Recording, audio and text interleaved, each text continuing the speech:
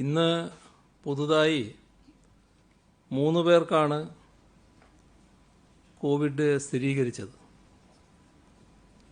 ഈ 3 പേരും വയനാട് ജില്ലയിലാണ്. സമ്പർക്കം മൂലമാണ് 3 പേർക്കും വൈറസ് ബാധിച്ചത്. കഴിഞ്ഞ ദിവസം ചെന്നൈയിൽ പോയി വന്ന വാഹനത്തിൻ്റെ ഡ്രൈവർക്ക് രോഗം സ്ഥിരീകരിച്ചിരുന്നു. ആ ഡ്രൈവറുടെ അമ്മയും ഭാര്യയും പിന്നെ വണ്ടിയുടെ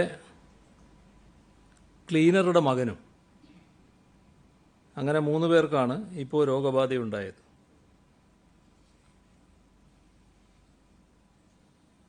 ഇപ്പോൾ മറ്റിടങ്ങളിലൊക്കെ പോയി തിരിച്ചെത്തുമ്പോൾ പാലിക്കേണ്ട സുരക്ഷാ ക്രമീകരണങ്ങൾ അയഞ്ഞാൽ ഉണ്ടാകുന്ന അപകടത്തിൻ്റെ സൂചനയാണ് ഇത് നൽകുന്നത്. ഇന്ന് രോഗബാധയുള്ള ആരുടെയും പരിശോധനാ ഫലം നെഗറ്റീവായി വന്നിട്ടില്ല. ഇതുവരെ 502 പേർക്കാണ് നമ്മുടെ സംസ്ഥാനത്ത് രോഗം സ്ഥിരീകരിച്ചത്. ഇപ്പോൾ ആശുപത്രിയിൽ കഴിയുന്ന രോഗബാധിതരുടെ എണ്ണം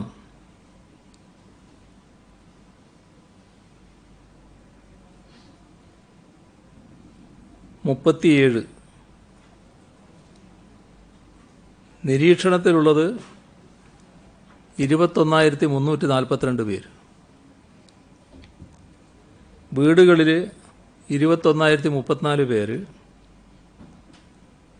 ആശുപത്രിയിൽ 308 പേര്. ഇന്ന് മാത്രം 86 പേരെ ആശുപത്രിയിൽ പ്രവേശിപ്പിച്ചു. ഇതുവരെ 33,800 സാമ്പിളുകളാണ് പരിശോധനയ്ക്ക് അയച്ചത്. 33,265 എണ്ണം രോഗബാധയില്ല എന്ന് ഉറപ്പാക്കിയിട്ടുണ്ട്. ഇന്ന് 1024 ടെസ്റ്റാണ് നടത്തിയത്. സെന്റിനൽ സർവൈലൻസിൻ്റെ ഭാഗമായി മുൻഗണനാ ഗ്രൂപ്പിൽപ്പെട്ട 2,512 സാമ്പിളുകൾ പരിശോധിച്ചതിൽ 1,979 നെഗറ്റീവ് റിസൾട്ട് വന്നിട്ടുണ്ട്. പുതുതായി ഹോട്ട്സ്പോട്ടുകളൊന്നും ഇന്നില്ല. കണ്ണൂർ 18, കോട്ടയം 6, വയനാട് 4, കൊല്ലം 3, കാസർഗോഡ് 3, പത്തനംതിട്ട, ഇടുക്കി, പാലക്കാട് 1 വീതം. ഇങ്ങനെയാണ് ഇപ്പോൾ ചികിത്സയിലുള്ളവരുടെ എണ്ണം. 4 ജില്ലകൾ കോവിഡ് മുക്തമാണ്.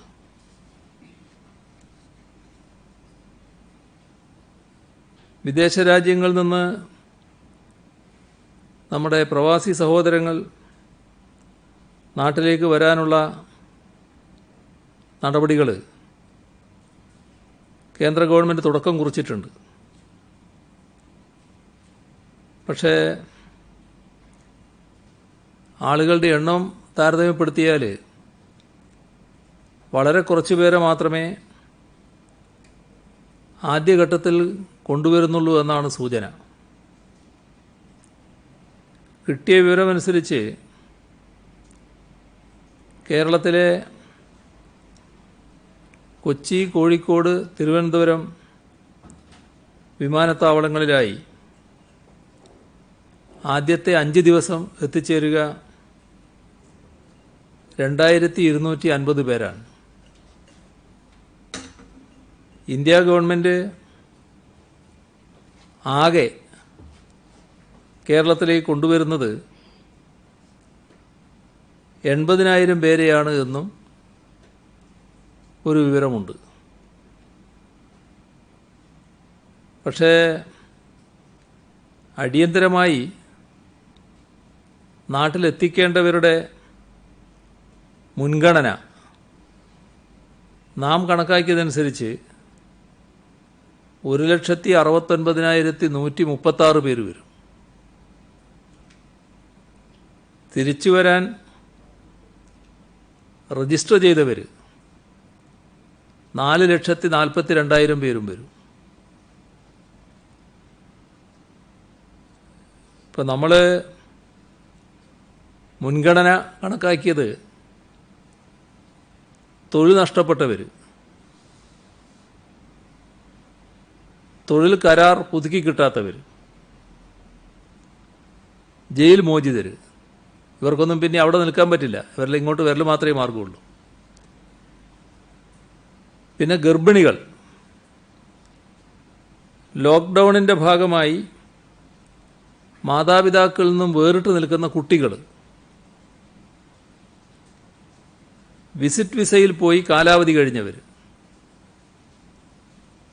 കോഴ്സ് പൂർത്തിയാക്കിയ വിദ്യാർത്ഥികൾ, ഇവരെല്ലാം അടങ്ങുന്നതാണ് നാം തയ്യാറാക്കിയ മുൻഗണനാ ലിസ്റ്റ്. ഇത് കേന്ദ്രത്തിന് സമർപ്പിക്കുകയും ചെയ്തിരുന്നു. നമ്മുടെ ആവശ്യം ആദ്യഘട്ടത്തിൽ തന്നെ ഇവരെ ആകെ നാട്ടിലെത്തിക്കണമെന്നുള്ളതാണ്. അത് കേന്ദ്രം അനുവദിച്ചിട്ടില്ല. സംസ്ഥാനം ഔദ്യോഗിക വെബ്സൈറ്റിലൂടെ ശേഖരിച്ച വിവരങ്ങൾ കേന്ദ്ര ഗവൺമെൻറ്റിനും ബന്ധപ്പെട്ട എംബസികൾക്കും കൈമാറേണ്ടതുണ്ട്. അതിലുള്ള പ്രശ്നം, വിവരങ്ങൾ കൈമാറാനുള്ള സംവിധാനം ഇതുവരെ വിദേശ മന്ത്രാലയവും എംബസികളും ലഭ്യമാക്കിയിട്ടില്ല. ഈ കാര്യം നേരത്തെ തന്നെ ഔദ്യോഗിക തലത്തിൽ അറിയിച്ചിട്ടുള്ളതാണ്. ഇപ്പോൾ പ്രധാനമന്ത്രിയോട് കത്തിലൂടെ ആവശ്യപ്പെടുകയും ചെയ്തിട്ടുണ്ട്. മുൻഗണനാ വിഭാഗങ്ങളിൽപ്പെട്ടവരെ എത്രയും വേഗം സുരക്ഷാ മാനദണ്ഡങ്ങൾ പാലിച്ച് നാട്ടിലെത്തിക്കണമെന്നാണ് കേന്ദ്ര ഗവൺമെൻറ്റിനോട് ആവശ്യപ്പെടാനുള്ളത്. കേരളത്തിൽ 4 അന്താരാഷ്ട്ര വിമാനത്താവളങ്ങളാണുള്ളത്. ഈ 4 വിമാനത്താവളങ്ങൾ വഴിയും പ്രവാസികളെ കൊണ്ടുവരാനുള്ള സജ്ജീകരണമാണ് ഒരുക്കിയത്. പക്ഷേ കണ്ണൂർ വിമാനത്താവളത്തെ അതിൽ നിന്ന് ഒഴിവാക്കിയിരിക്കുകയാണ്. അതിൻ്റെ കാരണം വ്യക്തമാക്കിയിട്ടുമില്ല. കണ്ണൂർ വിമാനത്താവളം വഴി നാട്ടിലെത്തേണ്ട ആയിരക്കണക്കിന് ആളുകളുണ്ട്. രജിസ്റ്റർ ചെയ്ത കേരളീയരിൽ 69,179 പേർ കണ്ണൂരിൽ ഇറങ്ങണമെന്നാണ് താൽപ്പര്യപ്പെട്ടിട്ടുള്ളത്. ഈ ലോക്ക്ഡൗണിൻ്റെ കാലത്ത് മറ്റിടങ്ങളിൽ ഇറങ്ങിയാൽ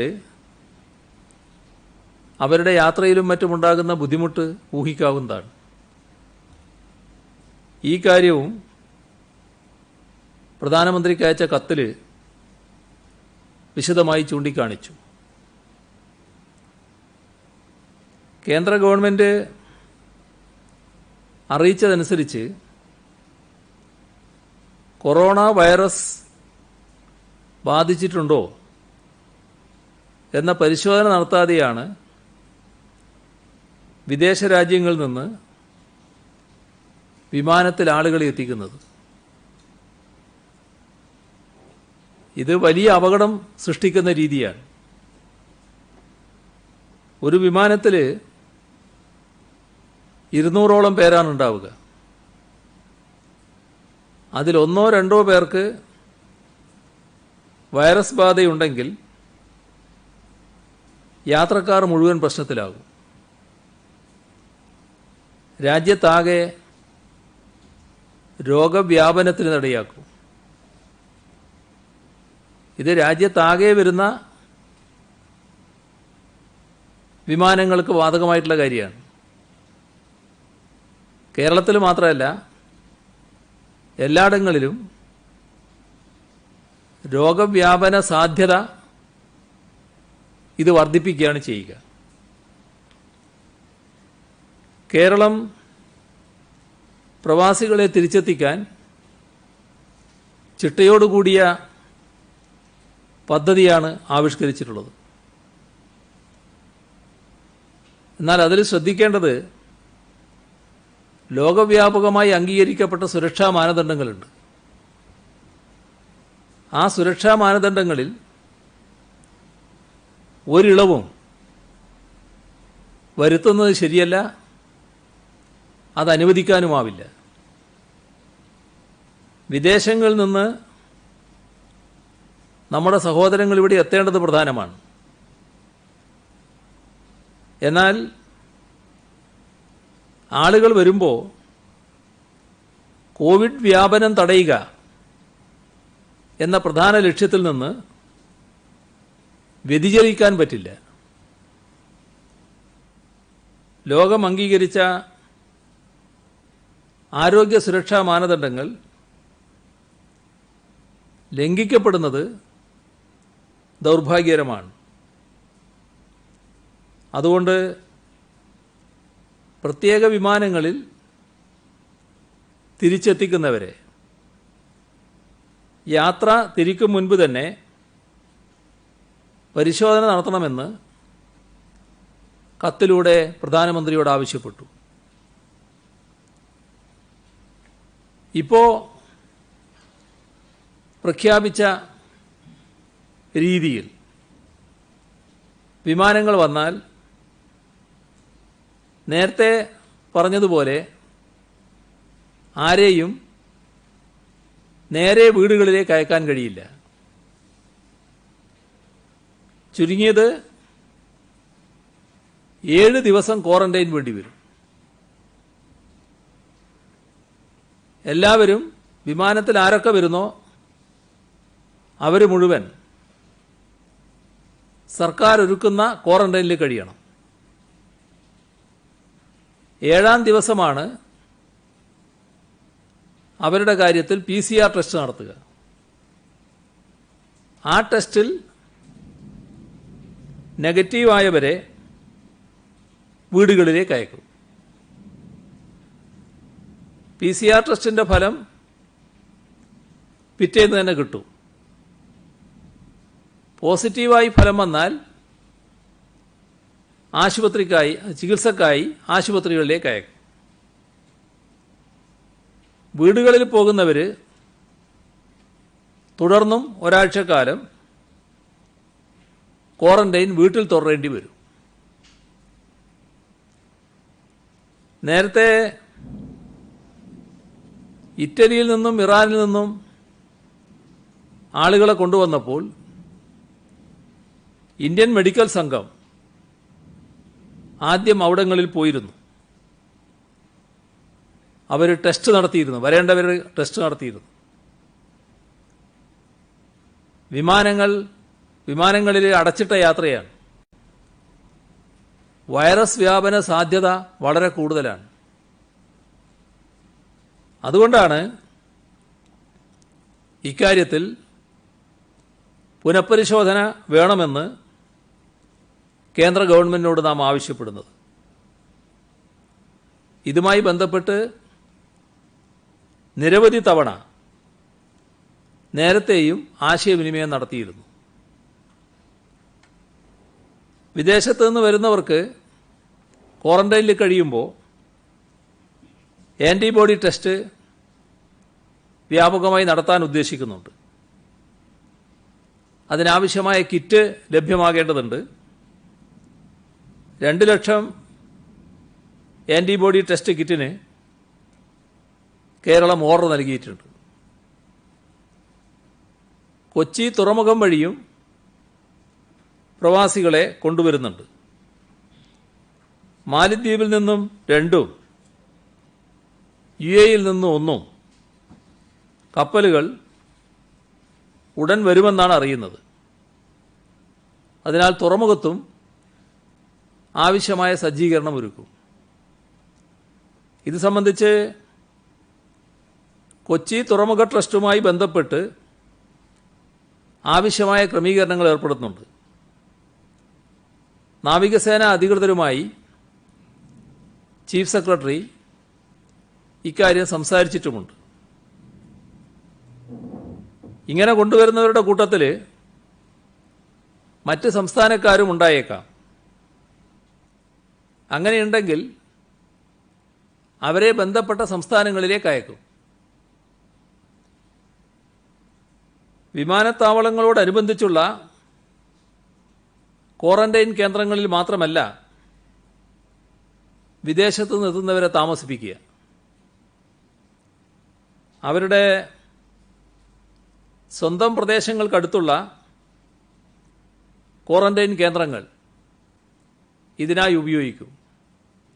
സ്വന്തം പ്രദേശം എന്ന് പറഞ്ഞാൽ അവരുടെ ജില്ല, ആ ജില്ലയിലെ ക്വാറന്റൈൻ കേന്ദ്രങ്ങൾ ഇതിനായി ഉപയോഗിക്കും. സംസ്ഥാനത്ത് എല്ലാ ജില്ലകളിലും ഇത്തരം സൗകര്യങ്ങളുള്ള 2.5 ലക്ഷം കിടക്കകൾക്കുള്ള സൗകര്യം കണ്ടെത്തിയിട്ടുണ്ട്. അതിൽ 1,63,000 കിടക്കകൾ ഇപ്പോൾ തന്നെ ഉപയോഗിക്കാൻ പര്യാപ്തമാണ്. ബാക്കിയുള്ളവ പൂർണ്ണ സജ്ജമാക്കാൻ നിർദ്ദേശം നൽകിയിട്ടുമുണ്ട്. വികേന്ദ്രീകൃതമായ ക്വാറന്റൈൻ സംവിധാനമാണ് ഉണ്ടാവുക. നമ്മുടെ സംസ്ഥാനത്ത് ഒഴിഞ്ഞുകിടക്കുന്ന ധാരാളം വീടുകളുണ്ട്. വലിയ സൗകര്യങ്ങളുള്ള വീടുകളാണ്. അത്തരം വീടുകളും വേണ്ടി വന്നാൽ ക്വാറന്റൈൻ ആക്കാൻ ഉദ്ദേശിക്കുന്നുണ്ട്. 45,000-ലധികം PCR ടെസ്റ്റ് കിറ്റുകൾ സംസ്ഥാനത്തുണ്ട്. കൂടുതൽ കിറ്റുകൾക്ക് ഓർഡർ നൽകിയിട്ടുണ്ട്. ഈ മാസം അവസാനിക്കുമ്പോൾ ഏതാണ്ട് 60,000 ടെസ്റ്റുകൾ നടത്താൻ കഴിയുമെന്നാണ് പ്രതീക്ഷിക്കുന്നത്. അടുത്തയാഴ്ച മുതൽ വിമാനങ്ങളുടെ എണ്ണം വർദ്ധിക്കുമെന്ന് പറയുന്നുണ്ട്. ആഴ്ചയിൽ 20,000 പേർ എത്തും എന്നാണ് കണക്കാക്കുന്നത്. അവരെയെല്ലാം പരിശോധിക്കാനും ക്വാറന്റൈൻ ചെയ്യാനുമുള്ള ദൗത്യമാണ് സർക്കാർ ഏറ്റെടുക്കുന്നത്. ഇതോടൊപ്പം മറ്റ് സംസ്ഥാനങ്ങളിൽ നിന്നുള്ള മലയാളികൾ വന്നു തുടങ്ങിയിട്ടുണ്ട്. ഇതുവരെ 1,80,540 പേരാണ് നോർക്ക വഴി രജിസ്റ്റർ ചെയ്തത്. ഇതിൽ 25,410 പേർക്ക് പാസ് നൽകി. അവരിൽ 3,363 പേർ തിരിച്ചെത്തിയിട്ടുണ്ട്. ഇതിൽ ശ്രദ്ധിക്കേണ്ട ഒരു കാര്യമുണ്ട്. നമ്മുടെ രാജ്യത്ത് രോഗബാധ തീവ്രമായ ചില പ്രദേശങ്ങളുണ്ട്. ചില വൻ നഗരങ്ങളിൽ രോഗികളുടെ എണ്ണവും വ്യാപനവും വർദ്ധിച്ച നിലയാണ്. അങ്ങനെ തീവ്ര രോഗബാധയുള്ള 10 ജില്ലകൾ കണക്കാക്കിയിട്ടുണ്ട്. അത്തരം ജില്ലകളിൽ നിന്നോ നഗരങ്ങളിൽ നിന്നോ വരുന്നവരുടെ കാര്യത്തിൽ പ്രത്യേക ശ്രദ്ധയും ജാഗ്രതയും വേണമെന്ന് തീരുമാനിച്ചിട്ടുണ്ട്. ഇപ്പോൾ മറ്റ് സംസ്ഥാനങ്ങളിലെ റെഡ് സോൺ ജില്ലകളിൽ നിന്ന് വരുന്നവർ ഒരാഴ്ച നിർബന്ധമായും സർക്കാർ ഒരുക്കുന്ന ക്വാറന്റൈനിൽ കഴിയേണ്ടി വരും. ഇത് നേരത്തെ പറഞ്ഞതിൽ നിന്നുള്ള ഒരു വ്യത്യാസമാണ്. നേരത്തെ പറഞ്ഞിരുന്നത് വരുന്നവർ അതിർത്തിയിൽ രോഗലക്ഷണം കാണിക്കുന്നില്ലെങ്കിൽ നേരെ വീട്ടിലേക്ക് പോകാമെന്നാണ്. എന്നാൽ മറ്റ് സംസ്ഥാനങ്ങളിലെ റെഡ് സോൺ ജില്ലകളിൽ നിന്ന് വരുന്നവരായാൽ അവരൊരാഴ്ച ഇവിടെ സർക്കാർ ഒരുക്കുന്ന ക്വാറന്റൈനിൽ കഴിയണം. അവിടുന്ന് പരിശോധനയിൽ നേരത്തെ പറഞ്ഞതുപോലെ രോഗലക്ഷണമില്ല എന്ന് കണ്ടാൽ വീട്ടിലേക്ക് പോകാം. വീട്ടിൽ പിന്നെ 7 ദിവസം ക്വാറന്റൈൻ തുടരണം. രോഗലക്ഷണമുണ്ടെങ്കിൽ ആശുപത്രിയിലേക്ക് മാറണം. നോർക്കയിൽ രജിസ്റ്റർ ചെയ്ത് അതിർത്തിയിലെത്തുന്നവർ അവിടെ കുടുങ്ങിക്കിടക്കാൻ പാടില്ല. ഇത് ചിലർ അവിടുന്ന് പാസ് വാങ്ങി ഇവിടുത്തെ പാസ് ഇല്ലാതെ വരുന്നുണ്ട്. ഈ രണ്ടിടത്തെയും പാസ് പ്രധാനമാണ്. എവിടുന്നാണോ പുറപ്പെടുന്നത് അവിടുത്തെ പാസും എവിടെയാണോ എത്തേണ്ടത് അവിടുത്തെ പാസും പ്രധാനമാണ്. ഇപ്പോൾ നേരത്തെ തന്നെ സമയം നിശ്ചയിച്ചു കൊടുക്കുന്നുണ്ട്. അപ്പോൾ അവിടെ എത്തിയാൽ, അതിർത്തിയിലെത്തിയാൽ പെട്ടെന്ന് പരിശോധനകൾ പൂർത്തിയാക്കി യാത്ര തുടരാൻ കഴിയണം. കാലതാമസം ഒഴിവാക്കണമെന്ന് കണ്ടിട്ടുണ്ട്. അതിർത്തികളിൽ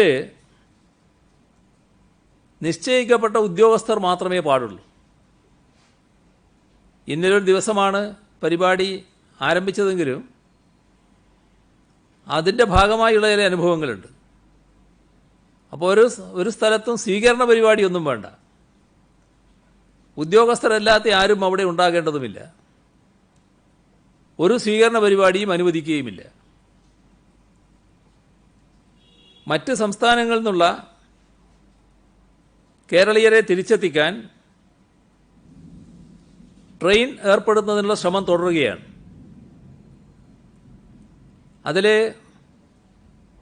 ഏറ്റവും അകലെ കഴിയുന്ന വിദ്യാർത്ഥികൾ, ഇപ്പോൾ പഞ്ചാബ്, ഹരിയാന പോലുള്ള സംസ്ഥാനങ്ങളിൽ, ഡൽഹി, ഇങ്ങനെയുള്ള വിദ്യാർത്ഥികളുണ്ട്. അത്തരം വിദ്യാർത്ഥികളെ ഡൽഹി കേന്ദ്രമാക്കി തിരിച്ചു കൊണ്ടുവരാനുള്ള, ട്രെയിൻ വഴി തിരിച്ചു കൊണ്ടുവരാനുള്ള ശ്രമം ആരംഭിച്ചിട്ടുണ്ട്. അന്തർ സംസ്ഥാന യാത്രക്ക് വാഹനം ലഭിക്കുന്നതിനുള്ള പ്രയാസം പലരും ചൂണ്ടിക്കാണിക്കുന്നുണ്ട്. അവർ ചെലവ് വഹിക്കാൻ തയ്യാറാണ്, പക്ഷേ വാഹനം ലഭ്യമല്ല. ആ പ്രശ്നം പരിഹരിക്കുന്നതിന് സംവിധാനമുണ്ടാക്കുന്നതിന് ആലോചിക്കുന്നുണ്ട്. നമ്മുടെ സംസ്ഥാനത്തുള്ള അതിഥി തൊഴിലാളികളിൽ 14,896 പേർ വിവിധ സംസ്ഥാനങ്ങളിലേക്ക് പോയിട്ടുണ്ട്. ഇന്ന് 3 ട്രെയിനുകളാണ് യാത്ര തിരിച്ചത്. യാത്രാപാസുമായി ബന്ധപ്പെട്ട് ചില കേന്ദ്രങ്ങളിൽ ചില ആശയക്കുഴപ്പങ്ങളുണ്ട്. ഇപ്പോൾ സാധാരണ നിലയിൽ പാസ് വാങ്ങേണ്ടതില്ല എന്ന കാറ്റഗറിയിൽ പെടുന്നവർ, ഇപ്പോൾ സർക്കാർ സ്വകാര്യ മേഖലയിൽ പ്രവർത്തിക്കുന്ന ഡോക്ടർമാർ, ആരോഗ്യ പ്രവർത്തകർ, കുടുംബശ്രീ പ്രവർത്തകർ, ശുചീകരണ തൊഴിലാളികൾ, സർക്കാർ ജീവനക്കാർ, ISRO, IT മേഖലകളിലുള്ളവർ, ഡാറ്റാ സെൻറ്റർ ജീവനക്കാർ, ഇവരൊക്കെ മറ്റ് ജില്ലകളിലേക്ക് യാത്ര ചെയ്യേണ്ടി വന്നാൽ തന്നെ പാസ് പ്രത്യേകമായി വാങ്ങേണ്ടതില്ല. കാരണം അവർക്ക് ഔദ്യോഗിക തിരിച്ചറിയൽ കാർഡുണ്ട്, അത് കാണിച്ചാൽ മതിയാകും.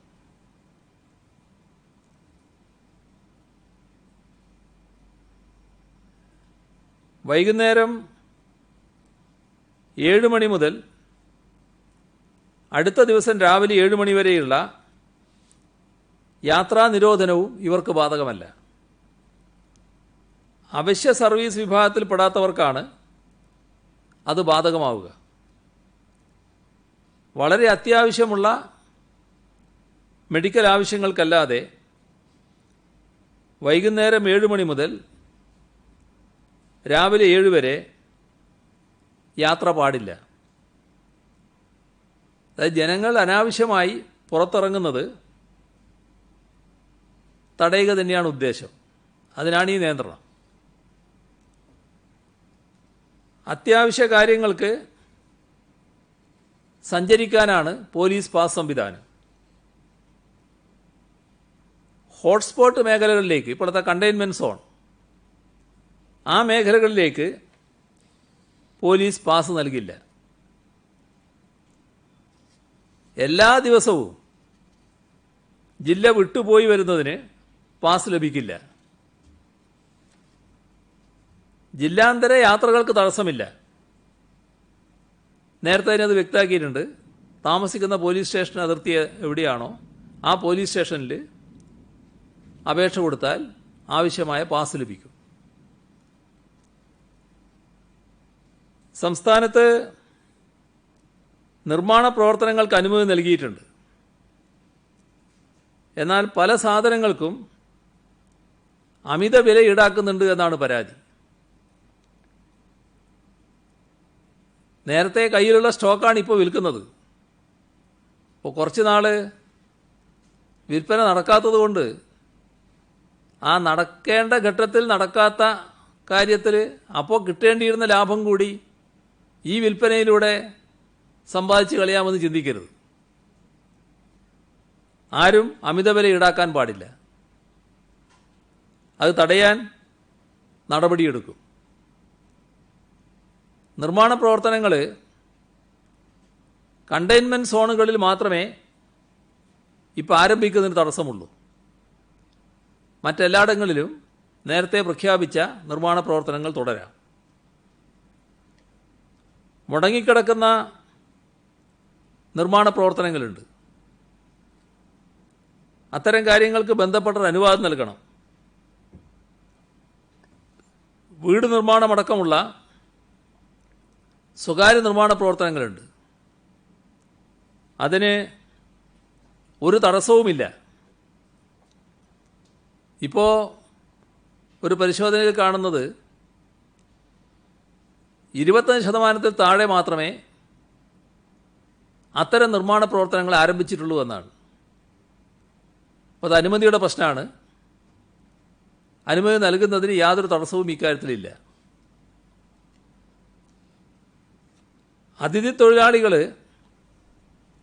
നാട്ടിൽ പോകാൻ ആഗ്രഹിക്കുന്നവർ അവരെ നാട്ടിലേക്ക് എത്തിക്കുന്നതിനുള്ള നടപടി തന്നെയാണ് ഇവിടെ തുറന്നു വരുന്നത്. എന്നാൽ എവിടെയാണോ എത്തേണ്ടത് ആ സംസ്ഥാനം കൂടി തീരുമാനിക്കുന്ന മുറക്കാണ് ഇവിടുന്ന് പോവുക. ഇതിൻ്റെ ഭാഗമായി ചില തെറ്റിദ്ധാരണകൾ ഈ വിഭാഗത്തിൻ്റെ ഇടയിൽ പരത്തി അവരെ തെരുവിലിറക്കാനുള്ള ഒരു ശ്രമം നടക്കുന്നുണ്ട്. അതിനെതിരെ ജാഗ്രത തുടരേണ്ടതായിട്ടുണ്ട്. ലോക്ക്ഡൗൺ പ്രഖ്യാപിച്ചത് മുതൽ നാട്ടിൽ പോകാൻ കഴിയാതെ അഴീക്കൽ തുറമുഖത്ത് 60ഓളം അന്തർ സംസ്ഥാന മത്സ്യത്തൊഴിലാളികൾ കുടുങ്ങിക്കിടക്കുന്നുണ്ട്. ഇവിടുന്ന് പോകുന്നതിന് അവർക്ക് യാതൊരു തടസ്സവുമില്ല. അതിനാവശ്യമായ അനുവാദം ഇവിടുന്ന് നൽകും. പക്ഷേ പോകണമെങ്കിൽ എവിടെയാണോ അവർ പോകേണ്ടത് ആ സംസ്ഥാനം കൂടി അനുവദിക്കണം. അവരനുവദിക്കുകയാണെങ്കിൽ ഇവിടുന്ന് പോകുന്നതിന് അനുമതി കൊടുക്കാമെന്നാണ് കണ്ടിട്ടുള്ളത്. പലയിടങ്ങളിലും സ്വകാര്യ ഓഫീസുകൾ തുറക്കാത്തതിനെക്കുറിച്ച് പറയുന്നുണ്ട്. സ്വകാര്യ ഓഫീസുകൾ നിബന്ധന വെച്ച് തുറക്കാൻ അനുവദിക്കും. കണ്ടെയ്ൻമെൻറ് സോണിൽ പറ്റില്ല. അതല്ലാത്തടത്ത് നിശ്ചിത എണ്ണം ആളുകളെ വെച്ച് തുറക്കാനുള്ള അനുമതി നൽകാനാണ് ഉദ്ദേശിക്കുന്നത്.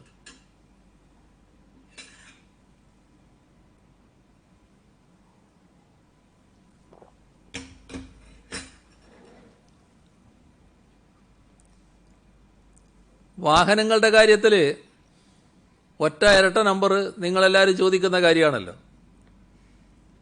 അത് നേരത്തെയുള്ള തീരുമാനം ഒഴിവാക്കാനാണ് ഉദ്ദേശിക്കുന്നത്. എല്ലാ നമ്പറുകളും ഓടാമെന്ന് തന്നെയാണ് കാണുന്നത്. കേരളത്തിൻ്റെ വടക്കൻ മേഖലയിൽ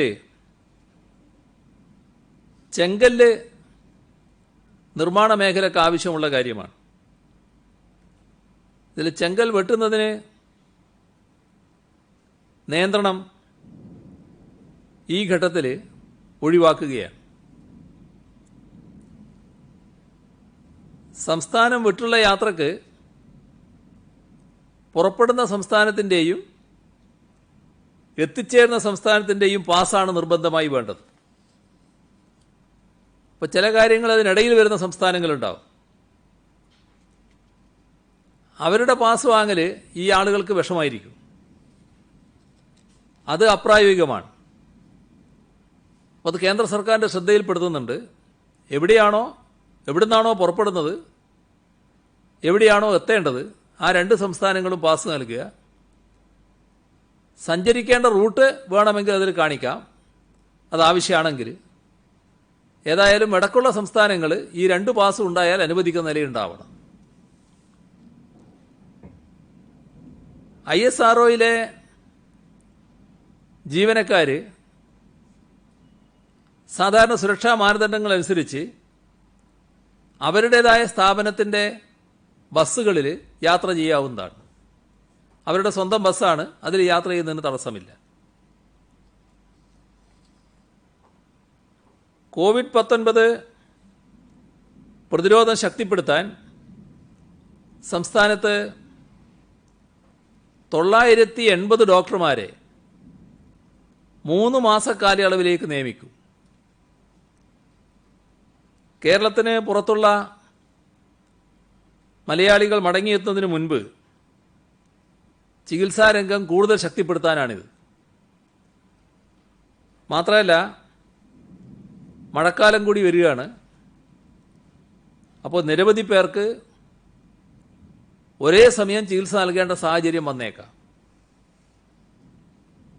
നിരീക്ഷണത്തിൽ കഴിയുന്നവർക്ക് കൂടുതൽ ശ്രദ്ധ നൽകേണ്ടതുമുണ്ട്. അപ്പോൾ അതിനെല്ലാം ആശുപത്രികളെ ശക്തിപ്പെടുത്തണം. പ്രാഥമിക ആരോഗ്യ കേന്ദ്രങ്ങളിലും സാമൂഹ്യ ആരോഗ്യ കേന്ദ്രങ്ങളിലും താൽക്കാലിക നിയമനം ഇതിൻ്റെ ഭാഗമായാണ് നടത്തുന്നത്.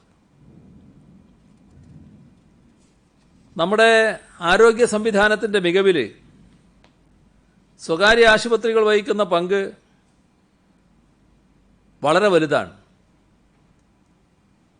ഇന്ന് ആരോഗ്യ മേഖലയാകെ കേന്ദ്രീകരിച്ചിട്ടുള്ളത് കോവിഡ് പ്രതിരോധത്തിലാണ്. ഇനിയുള്ള ദിവസങ്ങൾ കൂടുതൽ വലിയ വെല്ലുവിളികളാണ് നമുക്ക് ഏറ്റെടുക്കാനുള്ളത്. അതിൽ സ്വകാര്യ ആശുപത്രികളുടെയും ആ മേഖലയിലുള്ളവരുടെയും സഹകരണം ഏറ്റവും പ്രധാനമാണ്. ഇന്ന്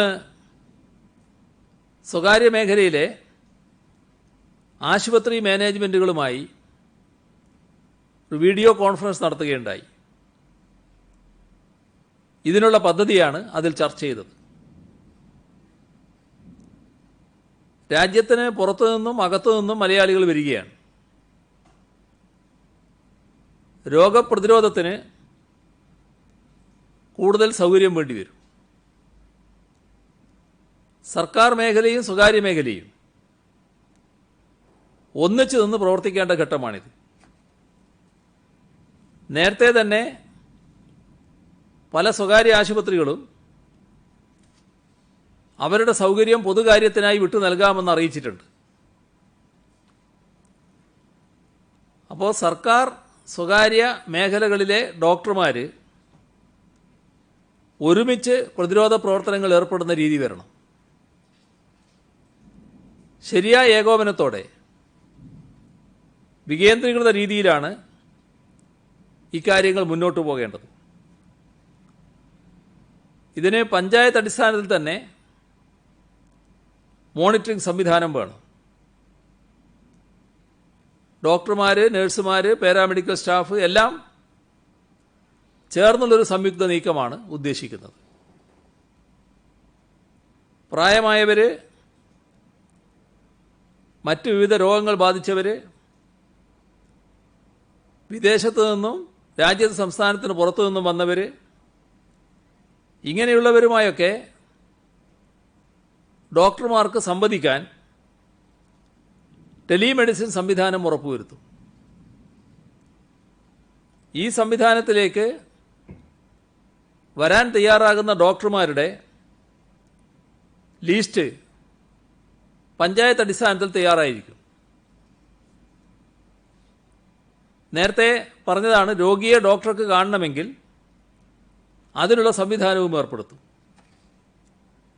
വികേന്ദ്രീകൃതമായ ഈ സംവിധാനം ഫലപ്രദമാക്കാൻ സ്വകാര്യ ആശുപത്രികളുടെ സഹകരണം അഭ്യർത്ഥിച്ചു. ആവശ്യമായ കിറ്റ്, മരുന്ന്, ജീവനക്കാർക്കുള്ള പരിശീലനം സ്വകാര്യ ആശുപത്രികൾ ആവശ്യപ്പെട്ടിട്ടുണ്ട്. സർക്കാരും ആ നിലക്കാണ് ചിന്തിക്കുന്നത്. PPE കിറ്റ്, മാസ്ക് ഇവയൊക്കെ കേരളത്തിൽ തന്നെ നിർമ്മിക്കാൻ തുടങ്ങിയിട്ടുണ്ട്. അതുകൊണ്ട് ആ പ്രശ്നം പരിഹരിക്കാനാകുമെന്ന് തന്നെയാണ് പ്രതീക്ഷിക്കുന്നത്. ഓരോ ആശുപത്രിയും രോഗികളുടെ പരിശോധന, കാത്തിരിപ്പ്, രോഗീ പരിപാലനം ഇത്തരം കാര്യങ്ങളിൽ കൃത്യമായ പ്രോട്ടോക്കോൾ ഉറപ്പാക്കണം. ജീവനക്കാരുടെ പരിശീലനവും ഉറപ്പാക്കണം. എല്ലാ ചികിത്സാ രീതികളും മിതമായ നിരക്കിൽ ഏകീകരിക്കണം. അടുത്ത 3-4 മാസത്തെ നിലവെച്ച് പ്രതീക്ഷിക്കാവുന്ന അധിക ചികിത്സാഭാരം വെച്ച് PPE kit, N95 mask, oxygen cylinder, മറ്റ് മെഡിക്കൽ ഉപകരണങ്ങൾ തുടങ്ങിയവ പരമാവധി കരുതി വെക്കണം. സർക്കാരിൻ്റെ കോവിഡ് പ്രതിരോധ പ്രവർത്തനങ്ങൾക്ക് പൂർണ്ണ സഹകരണമുണ്ടെന്നും ഒപ്പമുണ്ടെന്നും സ്വകാര്യ ആശുപത്രി അധികൃതരെല്ലാം അറിയിക്കുകയുണ്ടായി. ഈ ഘട്ടത്തിൽ ലഭിച്ച ചില സഹായങ്ങൾ പാരിപ്പള്ളി ഗവൺമെൻറ് മെഡിക്കൽ കോളേജിലെ കോവിഡ് ചികിത്സയ്ക്ക് വേണ്ടി KMML 50 ലക്ഷം രൂപ സഹായം കൈമാറി. അവർ നേരത്തെ 2 കോടി രൂപ ദുരിതാശ്വാസ നിധിയിലേക്ക് കൈമാറുകയും ചെയ്തിരുന്നു. All Kerala school teachers union ആരോഗ്യ പ്രവർത്തകർക്ക് 1000 PPE കിറ്റിന് 5 ലക്ഷം രൂപ, സ്കൂൾ കുട്ടികൾക്ക് 1 ലക്ഷം mask, happy kids apparels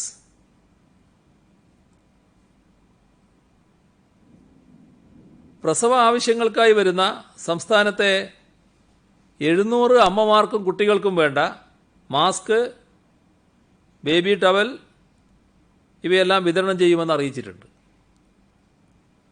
Kannur ജില്ലാ ലൈബ്രറി കൗൺസിൽ 500ഓളം ലൈബ്രറികളിൽ ലോക്ക്ഡൗൺ ഫെസ്റ്റ് നടത്തുന്നു.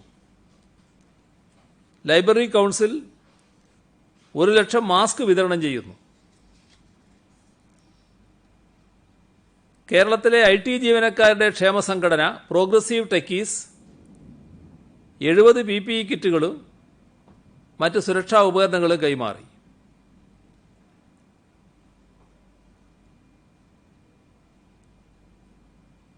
സിനിമാ താരം വിനു മോഹൻ, ഭാര്യ വിന്ധ്യ, തെരുവോരം മുരുകൻ ഇവരുടെ നേതൃത്വത്തിൽ ആലപ്പുഴ മേഖലയിൽ തെരുവിൽ അലഞ്ഞു തിരിഞ്ഞ് നടക്കുന്നവരെ കണ്ടെത്തി ദേഹം വൃത്തിയാക്കി ഭക്ഷണം നൽകി.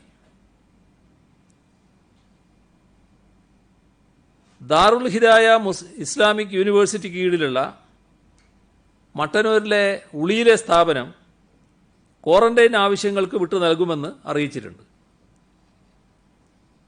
Thodupuzha Dhanwanthari Vaidyasala group, Thrissur travel for health, Thrissur Ivas visionary solution private limited ഇവർ സംയുക്തമായി കേരള പോലീസിന് പ്രതിരോധ ശക്തി വർദ്ധിപ്പിക്കുന്നതിനുള്ള 25,000 ആയുർവേദ കിറ്റുകൾ സൗജന്യമായി നൽകും.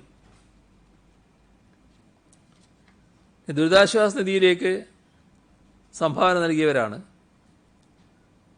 CPIM സംസ്ഥാന സെക്രട്ടറി കോടിയേരി ബാലകൃഷ്ണൻ. ഒരു മാസത്തെ പെൻഷൻ തുക 39,000 രൂപ. മിസോറാം ഗവർണർ PS ശ്രീധരൻപിള്ള 2 ലക്ഷം രൂപ. CPIM സംസ്ഥാന സെക്രട്ടറിയായിരുന്ന ചടയം ഗോവിന്ദൻ്റെ ഭാര്യ ദേവകി ഒരു മാസത്തെ പെൻഷൻ തുക, കൊച്ചുമക്കളായ അഭിജ, ആരുണി 5,002 രൂപ. എളമരം കരീം MP 82,000 രൂപ. മുൻ മന്ത്രി PK ശ്രീമതി 1,50,000 രൂപ. മുൻ MP NN കൃഷ്ണദാസ് പെൻഷൻ തുക 41,000 രൂപ. CPIM സംസ്ഥാന കമ്മിറ്റി അംഗം K വരദരാജൻ 1,15 ലക്ഷം രൂപ. ഗുരുവായൂർ ദേവസ്വം 5 കോടി. തൃശൂർ ചേലക്കര നിയോജക മണ്ഡലത്തിലെ സഹകരണ സംഘങ്ങൾ ചേർന്ന് 56,45,120 രൂപ. മലപ്പുറം കവന്നൂർ പഞ്ചായത്ത് 50 ലക്ഷം. ആലപ്പുഴ പുല്ലുകുളങ്ങര സർവീസ് സഹകരണ ബാങ്ക് 36,74,000. പയ്യോളി അർബൻ സഹകരണ ബാങ്ക് 34,79,564. പ്രവാസിയായിരുന്ന ദിനേശൻ ദിവാകരൻ ആലപ്പുഴയിൽ തൻ്റെ പേരിലുള്ള വീടുൾപ്പെടെയുള്ള 11 സെന്റ് സ്ഥലം ദുരിതാശ്വാസ നിധിയിലേക്ക് നൽകാൻ സന്നദ്ധത അറിയിച്ചിട്ടുണ്ട്. കരകുളം ഗ്രാമപഞ്ചായത്ത് 30 ലക്ഷം രൂപ. പയ്യന്നൂർ സർവീസ് സഹകരണ ബാങ്ക് 22,17,000 രൂപ. പിണറായി സർവീസ് കോഓപ്പറേറ്റീവ് ബാങ്ക് 20,25,000 രൂപ. കരിവള്ളൂർ സർവീസ് സഹകരണ ബാങ്ക് 18,62,61 രൂപ. പുലാമന്തോൾ സർവീസ് സഹകരണ ബാങ്ക് 16,56,500 രൂപ. കറുകച്ചാൽ ഗ്രാമപഞ്ചായത്ത് 15 ലക്ഷം. Nileshwaram cooperative urban bank 10,61,914. Anthoor നഗരസഭ 10 ലക്ഷം. ഭാരതീയ വിദ്യാഭവൻ കൊച്ചി 10 ലക്ഷം. കുന്നോത്തുപറമ്പ് ഗ്രാമപഞ്ചായത്ത് 10 ലക്ഷം. അച്ചു ദോഹ കോട്ടക്കൽ 10 ലക്ഷം. Kottayam Malabar service cooperative bank 9,50,303 രൂപ. ക്വാളിറ്റി കറി പൗഡർ ചേർത്തല 9,12,870 രൂപ. Thrissur government medical college employees സഹകരണ സംഘം 8,65,949 രൂപ. കുറുവമ്പലം സർവീസ് സഹകരണ ബാങ്ക് 8,45,561 രൂപ. പിക്കോസ് പിണറായി 6 ലക്ഷം രൂപ. കുന്നിരിക്ക സർവീസ് കോഓപ്പറേറ്റീവ് ബാങ്ക് 5,885 രൂപ. വേങ്ങാട് സർവീസ് കോഓപ്പറേറ്റീവ് ബാങ്ക് 5,51,300 രൂപ.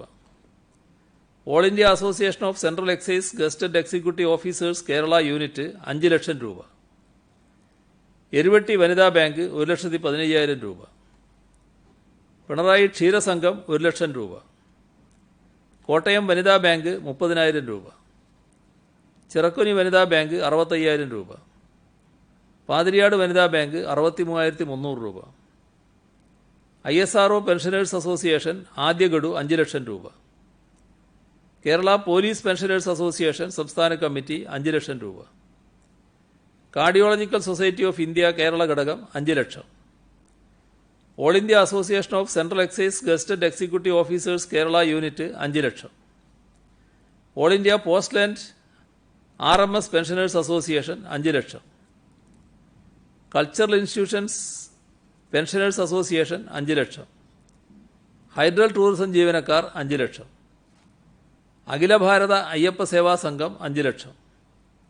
ശബരിമല മേൽശാന്തി AK സുധീർ നമ്പൂതിരി 10,000. ലെൻസ്ഫെഡ് 5 ലക്ഷം. കമ്മ്യൂണിറ്റി കിച്ചണിലേക്ക് ഏകദേശം 10 ലക്ഷം രൂപയുടെ അവശ്യ സാധനങ്ങളും ഇവർ വിതരണം ചെയ്തിരുന്നു. പ്രവാസികളായ മാണിയക്കൽ പോൾ തോമസും മിനി തോമസും 4 lakh. Senior citizens friends welfare association 2,40,000. Kerala Kalamandalam vice chancellor doctor T K. Narayanan 2,02,532 രൂപ. പ്രശസ്ത നർത്തകൻ ഡോക്ടർ വേണുഗോപാൽ 2 ലക്ഷം. തൃപ്പൂണിത്തുറ സ്വദേശി Jayadevan 2 lakh. All Kerala tailors association 2 lakh. Vattiyoorkavu Saraswathi Vidyalayam chairman doctor G Rajmohan 2 lakh. All India reserve bankers association Thiruvananthapuram unit 2 lakh. Alappuzha medical കോളേജിലെ ഡോക്ടർ സത്യൻ ജി 2 ലക്ഷം. തൃശൂർ കാരമുക്ക് ചിദംബര ക്ഷേത്രം 2 lakh. Usman Haji Sheikh group of company trident arcade Kalpetta 2 lakh. Aluva Kadungallur service സഹകരണ bank 1,65,000. Edappayil floorings 1 lakh. കെൽട്രോണിൽ നിന്ന് വിരമിച്ച ജീവനക്കാർ 1,51,515 രൂപ. പ്രവാസി വാട്സപ്പ് കൂട്ടായ്മ Changaramkulam 1,30,500. Kozhikode Iqra hospital staff recreation club 1,04,100. Karulai Ulliyil government U P school അധ്യാപകൻ ടി.കെ. ശ്രീകുമാറും ഭാര്യ Karulai K M. Higher secondary school principal ലാജിയും 1,20,000 രൂപ. കെ.വി. നാരായണമാരാർ പള്ളിക്കുന്ന് 1 മാസത്തെ പെൻഷൻ തുകയ്ക്ക് പുറമെ 1 ലക്ഷം രൂപ. റീജിയണൽ ക്യാൻസർ സെന്ററിലെ സർജറി വിഭാഗത്തിലെ additional professor doctor K. Chandramohan, ഭാര്യ ദേവി മോഹൻ എന്നിവർ ചേർന്ന് 1 ലക്ഷം. സർവീസ് പെൻഷനറായ പട്ടത്താനം നഗർ 71 പ്രൊഫസർ എസ് ഷാനവാസ് 1 ലക്ഷം. മുൻ ലേബർ കമ്മീഷണറും തിരുവനന്തപുരം ജില്ലാ കളക്ടറുമായ retired IAS officer S Sreenivasan 1 lakh. Thrissur Paringottukara Kanadikkavu മഠാധിപതി Vishnu Bharatiya Swami 1 lakh. Pattoor saint Ignatius Knanaya Syrian church 1 lakh. Aikyamala Ariya Mahasabha 1 lakh. Ernakulam Viveka Chandrika സഭ 1 ലക്ഷം.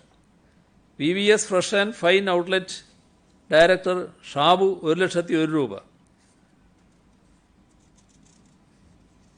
പൊതുമരാമത്ത് വകുപ്പിൽ നിന്ന് വിരമിച്ച സി രാമചന്ദ്രൻ, പൊതുവിദ്യാഭ്യാസ വകുപ്പിൽ നിന്ന് വിരമിച്ച ഭാര്യ KN പൊന്നമ്മ എന്നിവർ ചേർന്ന് 1 ലക്ഷം രൂപ. ചേർത്തല എഴുപുന്ന ഗ്രാമപഞ്ചായത്ത് മുൻ പ്രസിഡന്റായിരുന്ന അന്തരിച്ച KS ദാനജയന്റെ ഭാര്യ സതി ദാനജയൻ 1 ലക്ഷം രൂപ. 3 സ്റ്റാർ ക്രിയേഷൻ ആലുവ എറണാകുളം 1 ലക്ഷം. AMA ഓയിൽ മിൽ പെരുമ്പാവൂർ 1 ലക്ഷം. പെരിന്തൽമണ്ണ കണ്ണാന്തൊടി മൈതൂട്ടി സക്കാത്ത് 1,05,000 രൂപ. പുഷ്പ ബാബു റസൽ ഒമാൻ 1 ലക്ഷം. മലപ്പുറം മങ്കട സ്വാശ്രയ കർഷക സമിതി 1,01,000. മാറാക്കര CV അബ്ദുൽ കരീം ഹാജി 1 ലക്ഷം. പോലീസ് കംപ്ലയിന്റ് അതോറിറ്റി അംഗം KP സോമരാജൻ IPS 1 മാസത്തെ ശമ്പളം. Private building contractors association Kozhikode ജില്ലാ കമ്മിറ്റി 1,35,500. വിഴിഞ്ഞം സബ് ട്രഷറിയിൽ നിന്നും വിരമിച്ച G രാജൻ 1 ലക്ഷം. Velliyur captain Lakshmi charitable trust 1 ലക്ഷം. കോട്ടയം ഇലക്കാട് സെന്റ് മേരീസ് പള്ളി വികാരി father Paul Chalaveettil Jesus fans trust chairman Biju പാലായിൽ എന്നിവരുടെ നേതൃത്വത്തിൽ സമാഹരിച്ചത് 1 ലക്ഷം. മസ്കറ്റ് സലാലയിൽ ജോലി ചെയ്യുന്ന കൂടാളിയിലെ MB ഷംസുദ്ദീൻ 1 ലക്ഷം. സമഗ്ര ശിക്ഷ കണ്ണൂർ ജില്ലാ പ്രോജക്ട് കോർഡിനേറ്റർ TP വേണുഗോപാലിന് 1 ലക്ഷം. കാസർഗോഡ് ഗവൺമെന്റ് കോളേജ് പൂർവ്വ വിദ്യാർത്ഥി കൂട്ടായ്മ 1,50,000 രൂപ. ഒപ്പരം യൂറോപ്പിലെ മാൾട്ട യുവധാര സാംസ്കാരിക വേദി 1 ലക്ഷം. കേപ്പ് ഡയറക്ടർ R ശശികുമാർ 1,414 രൂപ. AG's office audit and accounts association convener R Krishnakumar 1 ലക്ഷം. അദ്ദേഹത്തിന്റെ ഭാര്യ കേരള കോഓപ്പറേറ്റീവ് ഓംബുഡ്സ്മാൻ ജീന ജോസ് 75,000 രൂപ. മകൾ അശ്വതി കൃഷ്ണകുമാർ സ്വന്തം പെയിന്റിംഗ് വിറ്റ് കിട്ടിയ 5,000 രൂപ. തിരുവനന്തപുരം എഞ്ചിനീയറിംഗ് കോളേജ് എംപ്ലോയീസ് സഹകരണ സംഘം 1,49,543. Thrissur Moorkanikkara TR Govindankutty foundation 1,11,111. Kerala government dental officers forum 1 lakh. Kandoth Sreekurumba Bhagavathi ക്ഷേത്രം 1 ലക്ഷം. നെന്മാറ തേവർമണി തെക്കേത്തറ വീട്ടിൽ മാധവിയമ്മ 1 സ്വർണ്ണവള. മലപ്പുറം മങ്കട സ്വാശ്രയ കർഷക സമിതി 1,00,000 രൂപ. കൊട്ടാരക്കരയിലെ ഹോട്ടൽ ഉടമ വിജയൻ 1 ലക്ഷം. കോട്ടയം ചങ്ങനാശ്ശേരിയിലെ ബിസ്മി ലോട്ടറി ഏജൻസി ഉടമ TA ബൈജു പണം കൊടുത്ത് ജനങ്ങളിൽ നിന്ന് വാങ്ങിയ 1 ലക്ഷം രൂപയുടെ സമ്മാനാർഹമായ ലോട്ടറി ടിക്കറ്റുകൾ. K Chandrasekhara Babu retired IAS 50,000 രൂപ. ഇനി കുട്ടികളുടെ സംഭാവനയുണ്ട്. കുട്ടികളുടെ പേര് പറയാതിരുന്നാൽ ഒരു മോശമാണല്ലോ.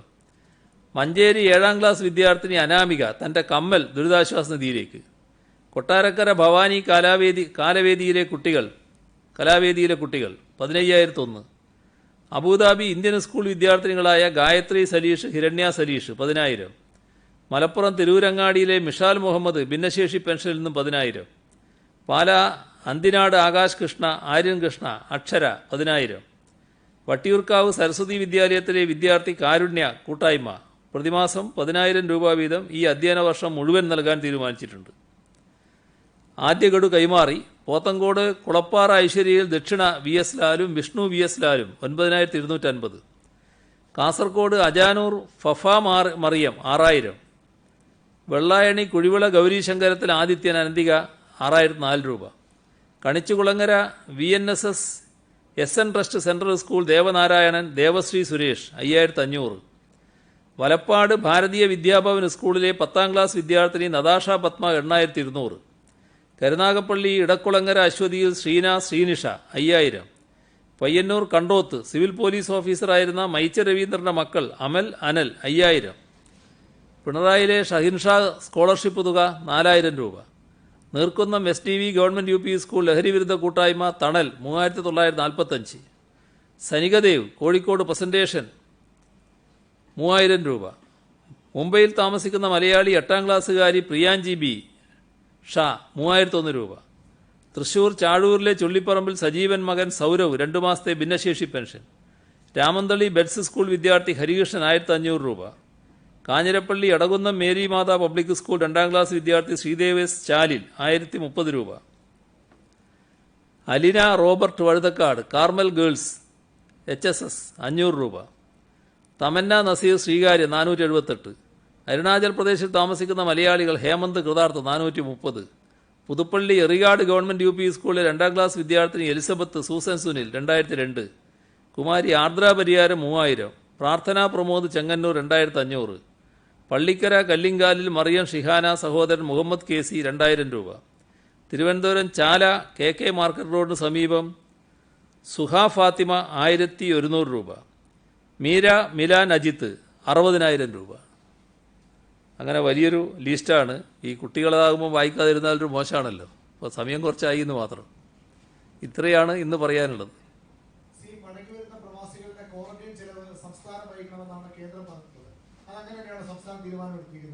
ഒരു ചോദ്യം ഒന്നും കൂടെ ഉണ്ട്. ഏതൊക്കെ സംസ്ഥാനങ്ങളാണ് ഈ അതിഥി തൊഴിലാളികളുടെ മടക്കത്തിന് അനുമതി നൽകാതെ? അവിടെ നിന്നും കൂടെ ഒരു പോസിറ്റീവ് അസൈൻമെന്റ് വേണമല്ലോ. അത് തയ്യാറാത്ത സംസ്ഥാനങ്ങൾ ഏതെന്നും കൂടി പറയാമോ? ഇതിൽ ആദ്യത്തെ ചോദ്യത്തിൽ ക്വാറന്റൈൻ സംസ്ഥാനത്തിന്റെ ഉത്തരവാദിത്തമാണ്. സംസ്ഥാനത്തിന്റെ വകയായിരിക്കും എല്ലാ ചെലവും വഹിക്കുന്നത്. അതിന് യാതൊരു ശങ്കയില്ല. മറ്റത് വിവിധ സംസ്ഥാനങ്ങളിലേക്ക് പോകാൻ ഇപ്പോൾ സന്നദ്ധമായിട്ടുണ്ട്. ചില ക്രമീകരണങ്ങളാണത്. അവരുടെ കൂടി സമ്മതത്തോടു കൂടി അയക്കും. അപ്പോൾ സമ്മതം തരാത്തവർ ഇന്നത് എന്ന് ഇപ്പോൾ പറയാൻ ഞാൻ തയ്യാറാകുന്നില്ല. ഇപ്പോൾ നേരത്തെ നോർക്ക വഴി പേരുകൾ രജിസ്റ്റർ ചെയ്തിരുന്നു വിദേശത്തു നിന്ന് വരുന്ന മലയാളികളുടെ കാര്യത്തിൽ. പക്ഷെ ഇപ്പോൾ എംബസികൾ ആ ലിസ്റ്റിലുള്ള പേരനുസരിച്ചല്ല. ചിലർക്കാണെങ്കിൽ താല്പര്യമില്ലാത്തവരെ പോലും അങ്ങോട്ട് വിളിച്ച് ചോദിക്കുകയാണ്, നിങ്ങൾക്ക് നാട്ടിലേക്ക് പോകാൻ താല്പര്യമുണ്ടോ എന്നുള്ളതിലേക്ക്. പലരും ഫോൺ കിട്ടുമ്പോഴാണ് ഇത് അറിയുന്നത്. അത് ഒരു കാര്യം. രണ്ട്, ഈ പല അവിടുത്തെ മലയാളികൾ നേരിടുന്ന ഒരു പ്രശ്നം, മാസങ്ങളായി ജോലിയില്ലാത്ത തന്നെ ഒരുപാട് ആൾക്കാരുണ്ട്. അപ്പോൾ അവർക്കൊക്കെ ഈ ഉയർന്ന തുകയ്ക്ക് നാട്ടിലേക്ക് എത്തുക എന്നുള്ളത് എന്തെങ്കിലും തരത്തിൽ ടിക്കറ്റ് നിരക്കിൽ ഇളവ് അനുവദിക്കുന്നതിന് കേന്ദ്രത്തോട് ആവശ്യപ്പെടുമോ? കേന്ദ്ര ഗവൺമെന്റാണ് ഇപ്പോൾ നിരക്ക് നിശ്ചയിക്കുക. ആ നിരക്ക് വല്ലാത്ത നിരക്കായിരിക്കില്ല എന്നാണ് ഇപ്പോൾ ലഭിച്ചിട്ടുള്ള സൂചന. ഒരു ചെറിയ തോതിലുള്ള ഈ പ്രശ്നങ്ങളെല്ലാം പരിഗണിച്ചുകൊണ്ടുള്ള നിരക്കായിരിക്കുമെന്നാണ് മനസ്സിലാക്കുന്നത്.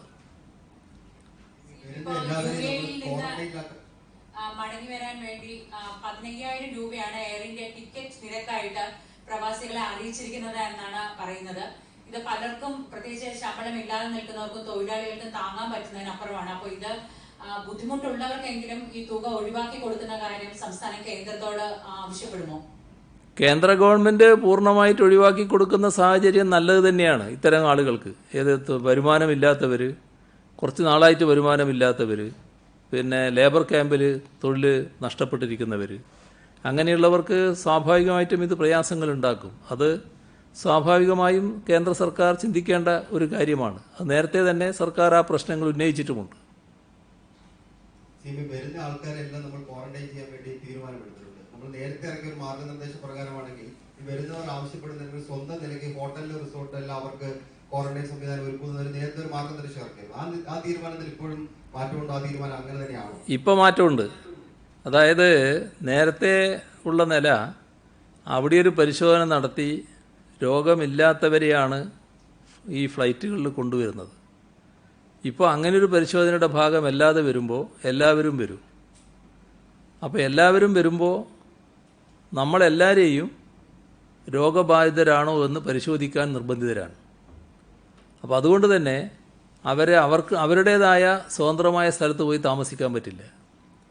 ഈ 7 ദിവസം ക്വാറന്റൈൻ ഏർപ്പെടുന്നത് സർക്കാർ സംവിധാനം തന്നെയാണ്. അവിടെ തന്നെ അവർ താമസിച്ചിരിക്കണം. പ്രത്യേകമായ അവരുടേതായ ക്വാറന്റൈൻ സംവിധാനം പറ്റില്ല. മറ്റത് വീടുകളിൽ കഴിയുന്നത്, വീട്ടിൽ ക്വാറന്റൈൻ, അവർ രോഗലക്ഷണമൊന്നുമില്ല എന്നാൽ വീട്ടിൽ കഴിയണം. അത്തരം ആളുകൾ ഒരു ഹോട്ടലിൽ താമസിക്കണമെങ്കിൽ ഹോട്ടലിൽ താമസിക്കാമെന്നായിരുന്നു നമ്മൾ പറഞ്ഞത്. അതിപ്പോൾ പറ്റില്ല. ഈ ക്വാറന്റൈനിൽ തന്നെ താമസിക്കണം. കേൾക്കുന്നില്ല.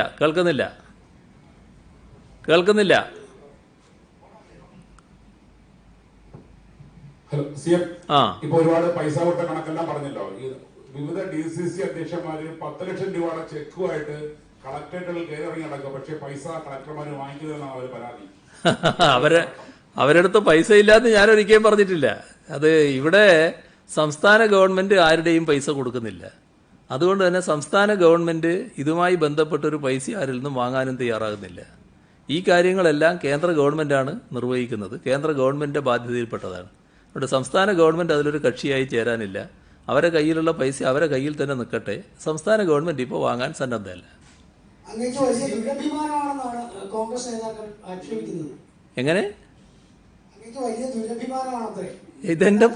എന്റെ വ്യക്തിപരമായ പ്രശ്നമല്ലല്ലോ. വ്യക്തിപരമായ പ്രശ്നം വരുമ്പോഴാണല്ലോ അഭിമാനത്തിന്റെയും ദുരഭിമാനത്തിന്റെയും ഒക്കെ പ്രശ്നം വരുന്നത്. അത് വ്യക്തിപരമായ അഭിമാനം എല്ലാവർക്കും ഉണ്ടാകുന്നത് നല്ലതാണ്. ആ പറഞ്ഞവരോട് എനിക്ക് അതേ പറയാനുള്ളൂ. നാടിതൊക്കെ കാണുന്നില്ലേ, കേൾക്കുകയും ചെയ്തില്ലേ? നമ്മുടെ ഈ വിദേശത്ത് നിന്ന് വരുന്ന ആളുകളുടെ ഈ രോഗപരിശോധന കാര്യത്തിൽ കത്തയച്ചല്ലാതെ നമ്മുടെ ചീഫ് സെക്രട്ടറി, ക്യാബിനറ്റ് സെക്രട്ടറികളോ സംസാരിക്കുകയോ അല്ലെങ്കിൽ അത്തരത്തിൽ വീഡിയോ കോൺഫറൻസിങ്ങിലോ അത്തരത്തിൽ എന്തെങ്കിലും ആശയവിനിമയം നടന്നിട്ടുണ്ടോ? കാരണം ഇമ്മീഡിയറ്റ് ആയിട്ട് ഒരു റെസ്പോൺസ് വേണ്ട കാര്യമാണല്ലോ. നേരത്തെ മുതലേ ഈ കാര്യങ്ങൾ ബന്ധപ്പെട്ടുകൊണ്ടിരിക്കുന്നുണ്ട്. ഇത് ഈ പ്രശ്നം ഉന്നയിച്ച ഘട്ടത്തിൽ തന്നെ ഈ പ്രശ്നത്തിന്റെ നമ്മുടെ നിലപാട് അങ്ങോട്ടും പറഞ്ഞിട്ടുണ്ട്. അതെല്ലാം നടന്നിട്ടുണ്ട്. ആ ആശയവിനിമയമൊക്കെ നടന്നിട്ടുണ്ട്. അതിലൊന്നും ഒരു കുറവും വന്നിട്ടില്ല. സിഎമ്മിന്റെ വൈകിട്ടത്തെ പത്രസമ്മേളനങ്ങൾ ഈ പ്രതിപക്ഷ നേതാക്കന്മാരെ അപമാനിക്കാൻ വേണ്ടിയാണെന്നാണ് KPCCയുടെ അധ്യക്ഷൻ മുല്ലപ്പള്ളി രാമചന്ദ്രൻ പറയുന്നത്. മാത്രമല്ല സിഎം ഈ മുഖ്യമന്ത്രി കസേരയിലാണ് ഇരിക്കുന്നതെന്ന് പലപ്പോഴും മറന്നു പോകുന്നു എന്നൊരു വിമർശനം കൂടി മുല്ലപ്പള്ളി രാമചന്ദ്രൻ ഉന്നയിക്കുന്നുണ്ട്. ഇല്ല, ആദ്യത്തെ ഭാഗത്തിന് നിങ്ങളാണ് ഉത്തരവാദി. നിങ്ങൾ ചോദിക്കുന്ന ചോദ്യത്തിനാണ് ഞാൻ ഉത്തരം പറയുന്നത്. അത് നിങ്ങൾ ബോധപൂർവം അങ്ങനത്തെ ഉദ്ദേശം ഉണ്ടോ എന്നുള്ളത് എനിക്കറിയില്ല. ഞാൻ യഥാർത്ഥത്തിൽ നിങ്ങളെ ചോദ്യത്തിന് എന്താണോ ഉത്തരം പറയേണ്ടത് ആ ഉത്തരമാണ് പറയുന്നത്. പിന്നെ ഞാനിരിക്കുന്ന കസേരയെക്കുറിച്ച് നല്ല ഓർമ്മതയോടുകൂടിയാണ് ഞാൻ സംസാരിച്ചുകൊണ്ടിരിക്കുന്നത്. അല്ലെങ്കിൽ പല കാര്യങ്ങളും എനിക്ക് അങ്ങോട്ട് പറയാനുണ്ടായിരുന്നു. അതെല്ലാം ഈ പരിമിതിക്കകത്ത് നിന്നുകൊണ്ട് മാത്രമേ ഞാനിപ്പോൾ സംസാരിക്കുന്നുള്ളൂ. മറ്റ് പല സംസ്ഥാനങ്ങളിലും കേന്ദ്രത്തിന്റെ മാർഗനിർദ്ദേശം അനുസരിച്ച് മദ്യശാലകൾ പല സംസ്ഥാനങ്ങളിലും തുറക്കുന്നുണ്ടായിരുന്നു. നമ്മൾ ഈ മദ്യ നിരോധനത്തിലേക്ക് പോകുന്നു എന്ന സൂചനയാണ്. നമ്മൾ അത്തരത്തിലൊരു തീരുമാനം എടുക്കാൻ വേണ്ടി ആലോചിക്കുന്നുണ്ട് മദ്യശാലകൾ തുറക്കുന്നതിന്. അതിനെപ്പറ്റി ഒരാശങ്കയും വേണ്ട. മദ്യനിരോധനത്തിലേക്കൊന്നും പോകാൻ ആലോചിക്കുന്നില്ല. പക്ഷെ ഇപ്പോൾ ഈ ദിവസങ്ങൾ അതിന് പ്രായോഗികമല്ല എന്നാണ് നാം കാണുന്നത്. അതുകൊണ്ടാണ് ഇപ്പോൾ വേണ്ടെന്ന് വെച്ചിട്ടുള്ളത്. ഒരാശങ്ക ആ കാര്യത്തിൽ വേണ്ട.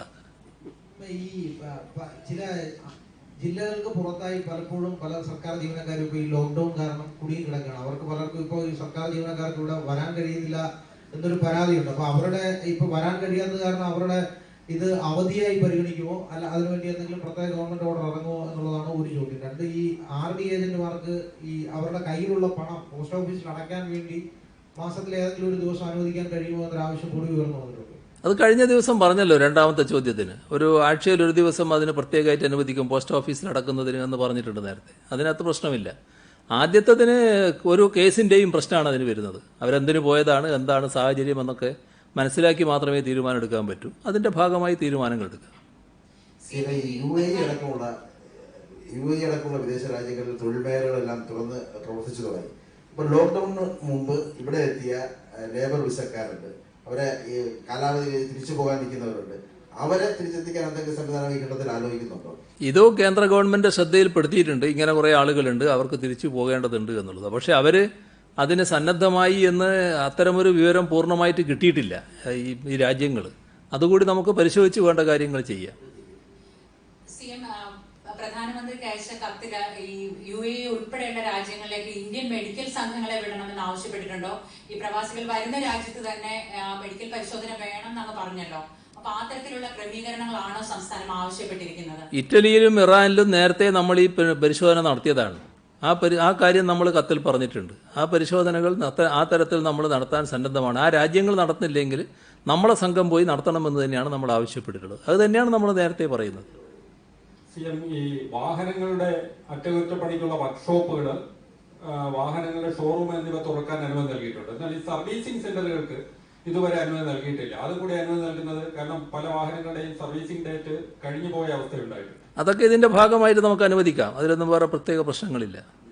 ഈ പൊതുമേഖലാ സ്ഥാപനങ്ങളിലെ ജീവനക്കാർ അവർ പല ജില്ലകളായിട്ട് താമസിക്കുന്നവരാണ്. അവർക്ക് വരാൻ കഴിയാത്തൊരു സാഹചര്യമുണ്ട്. അവരുടെ യാത്രയിൽ എന്തെങ്കിലും ഇളവ് അനുവദിക്കാൻ ഈ പറഞ്ഞ തരത്തിൽ അവർ യാത്ര ചെയ്യാലോ. ഇപ്പോൾ ഒരു ജില്ലയിൽ നിന്ന് മറ്റൊരു ജില്ലയിലേക്ക് യാത്ര ചെയ്യാൻ ഒരു തടസ്സവും ഇപ്പോഴില്ല. അതിന് ഈ പറഞ്ഞ സംവിധാനങ്ങൾ അതിനനുസരിച്ച് നടപടികൾ സ്വീകരിച്ചാൽ മതി. ഒരു പ്രയാസവും വരില്ല. നമ്മുടെ സമയം എക്സ്പോർട്ടുകൾ ഉൾപ്പെടെയുള്ള സ്ഥലങ്ങളിൽ നിന്ന് വരുന്നവർ 7 ദിവസം സർക്കാരിന്റെ ക്വാറന്റൈൻ കഴിയണമെന്ന് പറഞ്ഞിരുന്നു. എന്നാൽ കഴിഞ്ഞ 2 ദിവസത്തിനിടെ ചെന്നൈ ഉൾപ്പെടെയുള്ള ഭാഗങ്ങളിൽ നിന്ന് വന്നവർ ക്വാറന്റൈൻ സംവിധാനം അവർക്ക് കൊടുത്തിട്ടുണ്ടോ? സമയം നമ്മൾ ഓർക്കണം. ഈ കാര്യത്തിൽ ഇനി വരുന്ന ആളുകൾക്കെല്ലാം ഈ പറയുന്ന നിർബന്ധമായിട്ടുള്ള ക്വാറന്റൈൻ സംവിധാനം ഉണ്ടാകും. നമുക്ക് ഒരു വാർത്ത സംബന്ധിച്ച ഒരു ചോദ്യമാണ്. ഒരു വലിയ ആശങ്കപ്പെടുന്ന ഒരു വാർത്ത ഒരു പ്രമുഖ പത്രത്തിൽ വന്നിട്ടുണ്ട്. അതായത് ക്വാറന്റൈനിൽ, അതായത് കോവിഡ് രോഗികളായി തിരിച്ചറിയാൻ പറ്റാതെയും പരിശോധന ചെയ്യാത്തതുമായ 239 പേർ സംസ്ഥാനത്തുണ്ട്. ഇത് പഠനം നടത്തിയിരിക്കുന്ന അമേരിക്കയിൽ നിന്നുള്ള 2 പേരാണ്. അത്തരത്തിൽ വലിയ ആശങ്ക സർക്കാരിനുണ്ടോ? ജനങ്ങൾ വല്ലാതെ ആശങ്കപ്പെടുന്ന വാർത്തകൾ ശരിയാണ്? നമ്മള് എല്ലാ കാലത്തും പഠനങ്ങളെ ബഹുമാനിക്കുന്നവരാണല്ലോ മലയാളികൾ. അതുമായി ബന്ധപ്പെട്ട് ചില ആശങ്കകൾ ഉണ്ടാകുന്നത് സ്വാഭാവികമാണ്. പക്ഷെ ഈ പറയുന്ന പഠനത്തിന് യാതൊരു അടിസ്ഥാനവുമില്ല. ഇത് വെറും ഒരു ഊഹാടിസ്ഥാനം മാത്രമാണ്. ഈ ഊഹം വെച്ചുള്ള ഊഹാപോഹങ്ങൾ പ്രചരിപ്പിക്കൽ, അതിന് ഈ പഠനം എന്ന പേരിടുന്നത് ശരിയല്ല. അതാണ് എനിക്ക് അവരോട് പറയാനുള്ളത്. ഒരു വസ്തുതയുടെ പിൻബലവും ആ കാര്യത്തിലില്ല. ഇത്